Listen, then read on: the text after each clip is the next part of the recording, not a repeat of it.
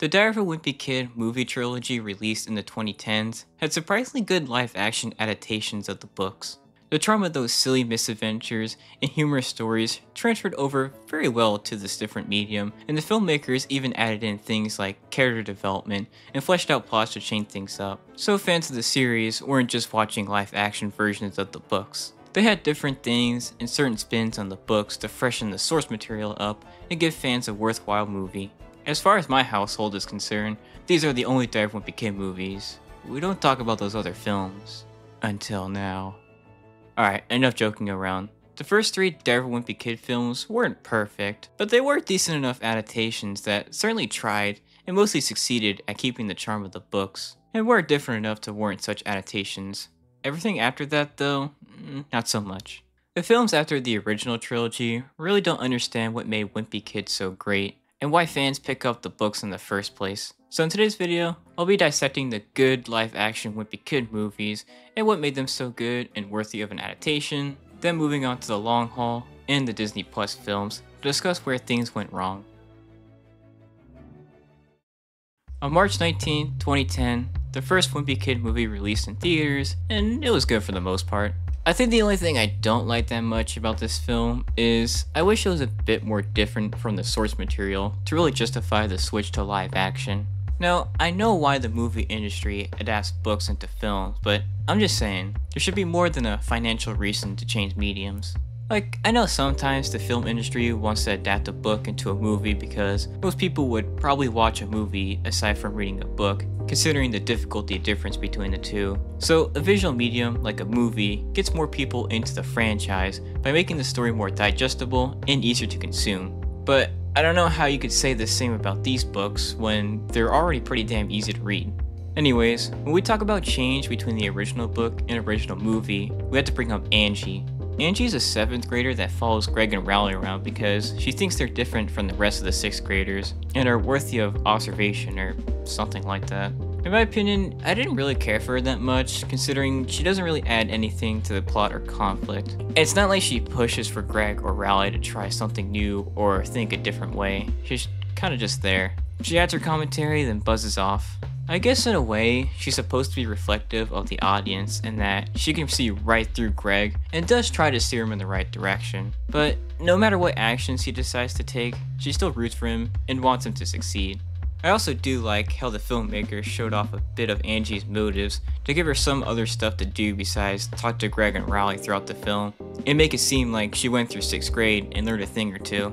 Now in any case, Angie isn't really a big part of the film, just a character that sometimes floats in and out whenever, so even if she doesn't do so much for the movie, she doesn't really take anything away either. I think it would have been a double-edged sword if the filmmakers had kept Angie in for the other two movies because, on one hand, they could have fleshed out and developed her character more and added more to this universe of Wimpy Kid, but on the other hand, doing this would have taken time away from Greg's story and the meaningful connections he made with others during Rodrick Rules and Dog Days. Well, that's enough about my complaints for this movie. Everything else about this movie is cool and good. First of all, and I know this goes for all three films, but the casting for this trilogy was absolutely amazing. Each character looks pretty much exactly how we expect them to look, and they portray their characters so well. It's astonishing how each actor understood their role to a T. The animated segments between some of the scenes were also a nice touch that not only served as nice transitions between pieces of action, but also as a nod to the source material. Also, when the live action and hand-drawn animations are both on screen, it looks natural and like the drawings are part of the real world and not just chroma keyed in. I also really liked how small details in the books were implemented in this movie, like how each character's room has little Easter eggs from the source material to not only serve as a nod to the fans, but also as a way to establish their personalities and make it seem like they're developed characters with their own likes and traits. Other small things like Joshi being brought up also allows for immersion and world building, and for the two boys to give their opinion on the world outside of Plainsville. Personally, I feel like some of the humor in this movie is hit or miss, like some of the retold jokes from the books only work so well in live action. But then there's things like the singing part of the play tryouts and it's so stupid but it's so funny too. Now, I know just about every good thing I mentioned about this movie can be said for the other two live action films. So when we do get to the successors, I'll be focusing more on the story than anything else. Speaking about generalisms, all three films also have a very homey, comforting feel to them. Watching these movies again reminds me of some of the memories I had with friends back in middle school and all the juvenile shenanigans we got into. Overall, this adaptation may not be different enough from its source material to really justify its existence. The changes it does bring aren't the greatest, but the casting and acting is phenomenal with how each actor fits their role perfectly and understood what to do with their character. Most of the jokes are good, and some are even quite funny. And all the small other little things like the animated segments wrap this movie up in a nice neat bow and provides us a decent piece of entertainment for any Wimpy Kid fan. Next up, we got Rodrick Rules, and it seems the majority of fans choose this one as their favorite, and for good reason. I think the number one thing that people like about this movie, besides Rodrick's character, is the dynamic between Rodrick and Greg.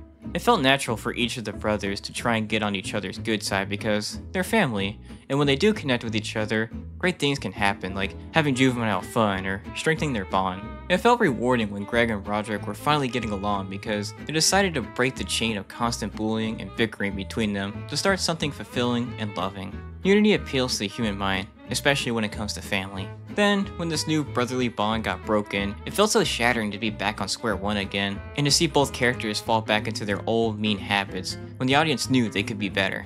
You know, it's ironic. The house party was the thing that kickstarted the new brotherly love between Greg and Rodrick, but it was also the same thing that broke it. This character development between Greg and Rodrick also serves this movie well in terms of differentiating itself from the books, because there's really only a few moments in the books where the brothers are both on the same page and don't want to harass each other, and none of those moments ever felt as deep or as touching as some of the moments Greg and Rodrick shared in this movie. In other words, the unique bond between Greg and Rodrick in this movie works well towards the plot and gives the audience more of a reason to watch it rather than just reading the book. The subplots are also pretty good in this movie too, like Greg trying to get with Holly Hills and avoiding Shroud Gupta. And it's impressive to me how each of them get just enough time to make their point and provide some humor without overstaying their welcome or getting in the way of the main conflict. Speaking of which, making Holly a fully fleshed out character was a good decision considering it adds more to the plot. And I like how there is actual chemistry between her and Greg, and how this connects into the central theme of Greg and his brother trying to get along, considering Holly has her own problems with her sister, which is expanded upon in Dog Days. Alright, one more thing I want to bring up about this movie, the humor is also really good, and it's even funnier than its predecessor in my opinion. Personally, I think it's amazing how the filmmakers were able to take the jokes from the books and translate them so well over into this live action medium. Dog Days is the last film in this trilogy, and it may not be as good as Rodrick Rules, but it's still a worthwhile film, and the conclusion was very satisfactory, so it all works out well in my opinion. Just before we dig into this movie, I just wanted to mention that while this movie is largely based on the book of the same name, it does have a good amount of borrowed elements from The Last Straw, but it made more sense to skip that book in my opinion. Using Dog Days template rather than The Last Straws meant the movie was able to spice things up and give more variety to this trilogy, with the summer setting rather than the school setting viewers saw in the last two films. In my opinion, this film also has some vibes from The Ugly Truth, considering it has undertones of what it means to grow up and become more responsible. And that's another thing I wanted to mention about this movie. The characters actually develop in age. I'm sure a majority of you are aware that Greg has never aged or moved past middle school in any of the Wimpy Kid books. And that's mostly because he's a cartoon character, and those type of archetypes don't age. Time's kind of a flat circle in those types of universes. But since this was live action and featured real tweens and adolescents, they were gonna age as more films were made, so they had to factor that in when making these movies. Speaking of which, it's kind of odd that Greg's character is clearly aging with his deeper voice and changed face, but it doesn't seem to be that way for the other twin characters, like they still seem the same as they did from the first movie. I will excuse Rowley from this critique though, only because one of Rowley's major features is that he's a bit behind maturity wise, so it's not really a surprise he hasn't really changed much in appearance or personality. Anyways, I think the number one thing that separates this movie from Rodrick Rules and serves as its main flaw is the plot/conflict don't feel as strong. From what I understand, each film has a special focus on one of the characters, with the original having Rowley, Rodrick Rules obviously having Rodrick, and this film having Frank, Greg's dad. But I feel like this aim comes in troves rather than being a constant motif. The original movie showed the rocky relationship between Greg and Rowley constantly, It served as a great piece of conflict to keep the plot going. And the same can be said about Greg and Rodrick Rules. They have their ups and downs, but ultimately, they are family/friends and will always have each other's back. It kind of feels like a lot of the conflict between Greg and his dad kind of just piles up near the end of the film when the boys go camping, instead of the tension being somewhat of an emotional roller coaster that ultimately pays off at the end of the movie due to some kind of understanding or compromise. In other words, the pacing between how each conflict is shown isn't the greatest, and each plot can only shine so bright. Speaking of which, the tension between Greg and Rowley that comes after Rowley lies to Greg is resolved very fast. Like, it takes one conversation for them to forgive each other and become friends again. I know those two can't stay mad at each other for long, but still, I feel like the rekindling should have been more than just a simple apology. Getting back to it, while the main conflict may be flawed, it's not bad. In all things considered, Greg and his dad do try to connect on a personal level, and it feels so nice when they finally get on each other's good side, considering the many times Greg let his dad down, and all the missed attempts of Frank trying to form a meaningful connection with his son. It all pays off and feels worth it once all is said and done. Anyways, Dog Days is still a good movie that stays true to its source material, but does just enough to justify its existence, and give Wimpy Kid fans a reason to watch this movie rather than just reading the book it's based on. The humor and jokes from the books translated well over into live action. Seeing Greg age gave our main protagonist room to grow and change as a person, and the conclusion of this trilogy felt very satisfying considering how well everything was tied up, like how Greg and his dad finally got along and were able to see each other eye to eye on some things. Rowley and Greg forgive each other and become best buds again, and who could forget Greg and Holly becoming a couple.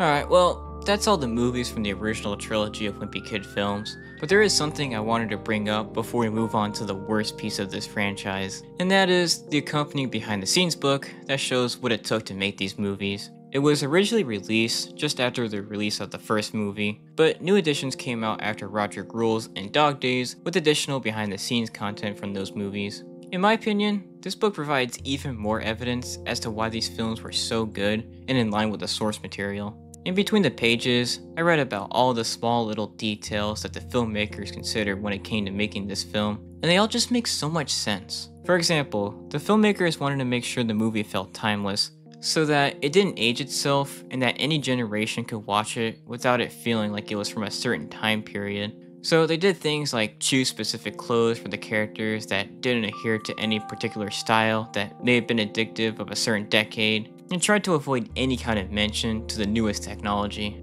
Each chapter of this book is just filled with creativity, and fans can really see the filmmakers were really passionate about making a new film for fans to enjoy without losing the good parts of the source material. May 19th, 2017.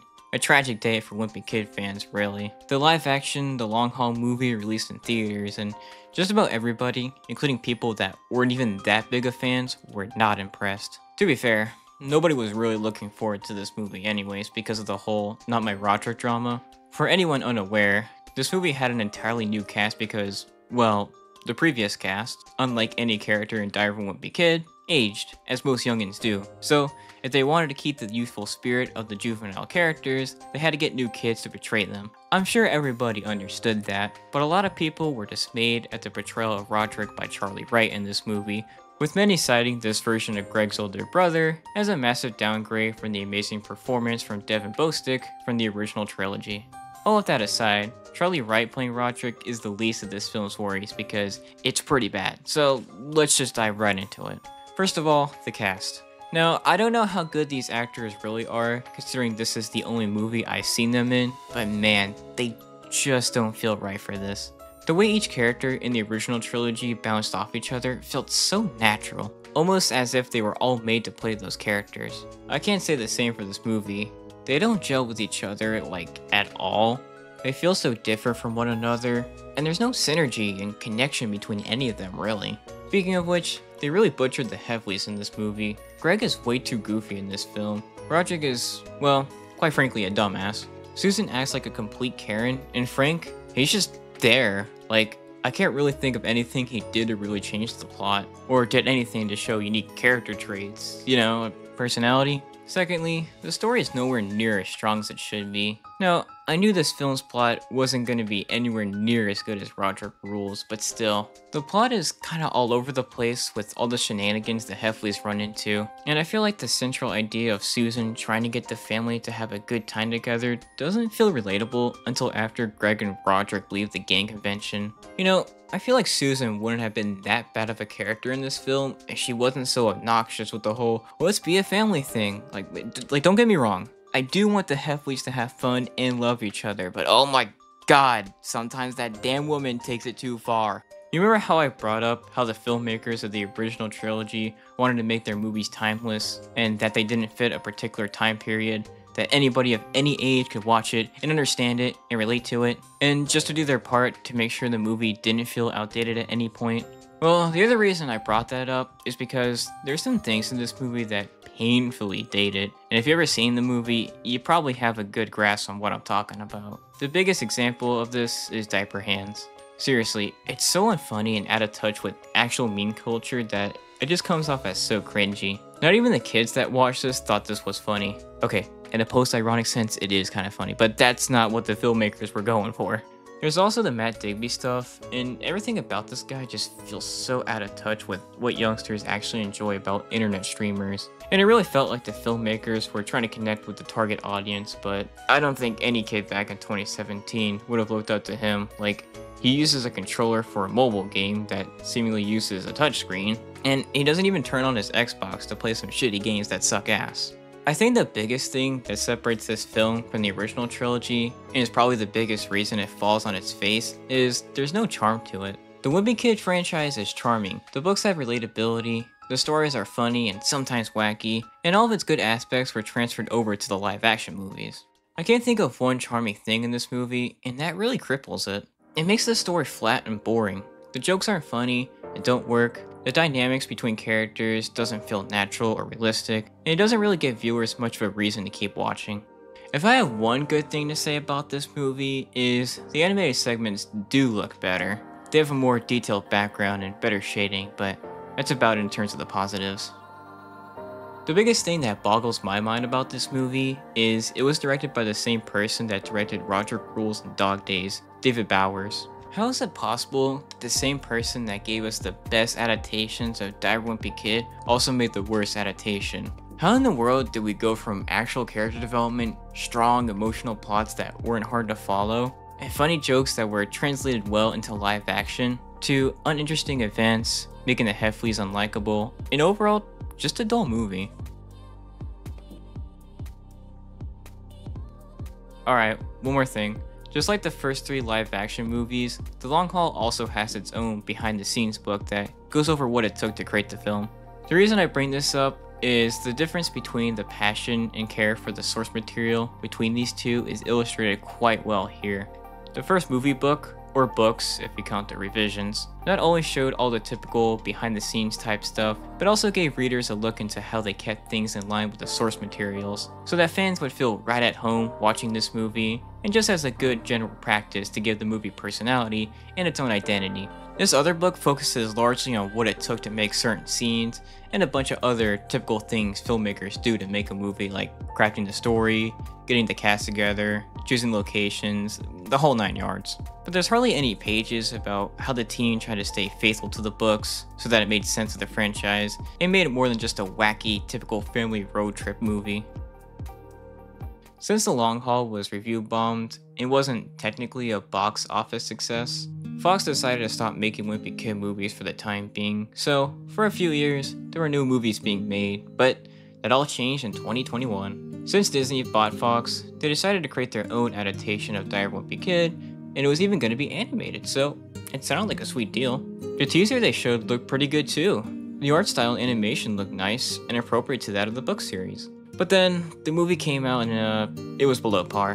While still on the visuals, the movie looked kind of ugly. I mean, there's just so many small things that look kind of unnerving or not natural. I know this comparison has been made multiple times before, but there's been good examples of drawn art styles similar to that of Wimpy Kid transitioning well into 3D, such as the Peanuts movie and Captain Underpants, so there's no excuse for this movie to look so mediocre. I feel like there is little reason for this movie to be made. It's not like the changes are really that significant or justified, And the original Diary of a Wimpy Kid book is still, and always has been, very easy to read and get into. So, it's not like this movie brought the series to a new audience and updated it to fit in more with current times.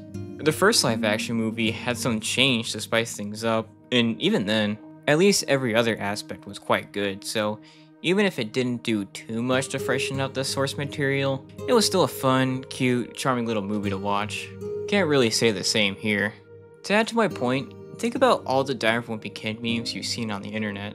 The majority of them are probably from the books, but there's also a good amount of them from the original movies. There was even this small trend where fans made edits of Frank from the live action movies to make him seem absolutely insane, but in any case, these memes were made out of love for the series and because they made for meme-worthy material. Besides all of the Not My Rodrick memes, think of all the memes you've seen pertaining to the long haul movie. You're probably like me, drawing blanks because this movie is just so devoid of what made Wimpy Kid so good that fans didn't even bother creating worthwhile memes that were funny or relatable. Since there were 2 more movies after this one, I guess this movie was done in order to establish this new Wimpy Kid universe and give it a platform to stand on before building upon it. And it only makes sense to start at the first part of the source material. I kinda wish that they did films based on the newer books, or really anything past Cabin Fever, because not only do the first and second book already have good live action adaptations, and are really good books that are not hard at all to read, and don't really need to be changed in any way, some of the newer books have some flaws that a movie could fix. I touched on these in my second Wimpy Kid video, but certain flaws present in the more recent books like rushed endings and overly long diary entries could have been changed into appropriately fleshed out plots with decent narratives if they were made into these animated adaptations, considering these films could have been as long as they needed to be to make sure nothing felt rushed and given enough time to each conflict. Now, I totally understand where Disney was coming from doing something safer for these movies because, number one, books like the original Wimpy Kid, Rodrick Rules, and Cabin Fever are some of the most popular Wimpy Kid books, so it only made sense for Disney to try and appeal to the most amount of people to maximize viewing numbers. And number 2, considering how poorly The Long Haul was received in its box office, probably made Disney apprehensive about adapting newer books.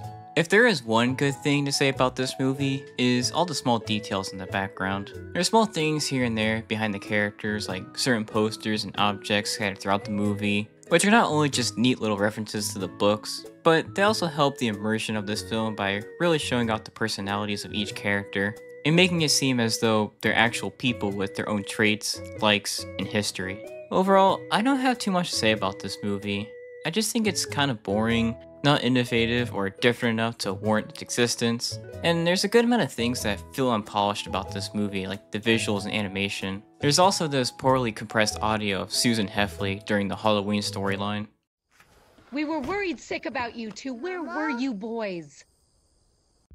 While that movie wasn't exactly what fans wanted, Disney tried again the next year with an animated adaptation of the Rodrick Rules book, and, well, it's mediocre. If there is one thing I will give this movie credit for, it certainly does have a better story than the previous film. The conflict and development between Greg and Rodrick makes sense, and has a level of depth and emotion to it. I think the number one thing I liked about this movie was how Greg and Rodrick's dynamic was compared to that of their dad and his brothers, considering Frank doesn't have the greatest relationship with them, and Grandpa Heffley being a voice of reason when it comes to the subject. It's fairly emotional and adds a layer of depth to their dynamic by establishing Greg and Rodrick acting brotherly towards one another is more than just how they should act towards one another. It's also a way for the Heffleys to prove they can have a functional, healthy, and loving family. Not to mention, bringing up Frank and his brothers kinda demonstrates the writers of this movie understand the source material and know how to get creative with it, because this highlighted topic isn't explicitly stated in the books. It's more of a thing that's there, but not analyzed by Greg compared to some of his other things on his mind. Alright, one more thing. I just want to mention there's a few 2D animated scenes that are narrated by Rodrick, and as such, they look more crude and not as polished as Greg's drawings, concerning his more careless attitude. I like these. They show a little bit of Rodrick's side of things, and make it really seem like Rodrick knows his stuff. Otherwise, this movie really isn't that much of a step up from its predecessor. Sure, the story is much better, and even has some emotional and narrative depth to it, but otherwise, the animation still doesn't look that great, and the humor doesn't really work that well. Still very much a mess. Alright, one last stop. we got Diary of a Wimpy Kid, Cabin Fever. I guess it was only a matter of time before Cabin Fever got an adaptation, considering A, it's one of the more popular books, B, a 40-minute TV movie based on the book was gonna happen, but was cancelled for unknown reasons, and C, the teaser we got for these animated movies clearly drew inspiration from this book. In my opinion, this film is the best out of the animated trilogy. For starters, the animation looks passable. Not amazing, but certainly a lot better from the last two movies. Again, this art style can only look so good, but the fluidity of the characters felt right, and nothing looked out of place or icky. The story was a lot better this time too in multiple aspects. First of all, I think the concept works pretty well in regards to staying true to the source material and trying to make something new. Just about all the plots from the books were transferred over to this movie, but they're all executed differently and even have new aspects added to them, like how the Snowplow Lady gets involved and stays involved until the end. It was also nice to see the Heffley family actually being a healthy family by looking out for each other and not immediately turning Greg in when the police came to their door. Speaking of which, it was also nice to see Greg mature a little bit and take responsibility for his actions. Always nice to have some character development. This was also the funniest animated movie in my opinion. I don't think every joke works, but some got a laugh out of me. Can't say the same for the other two.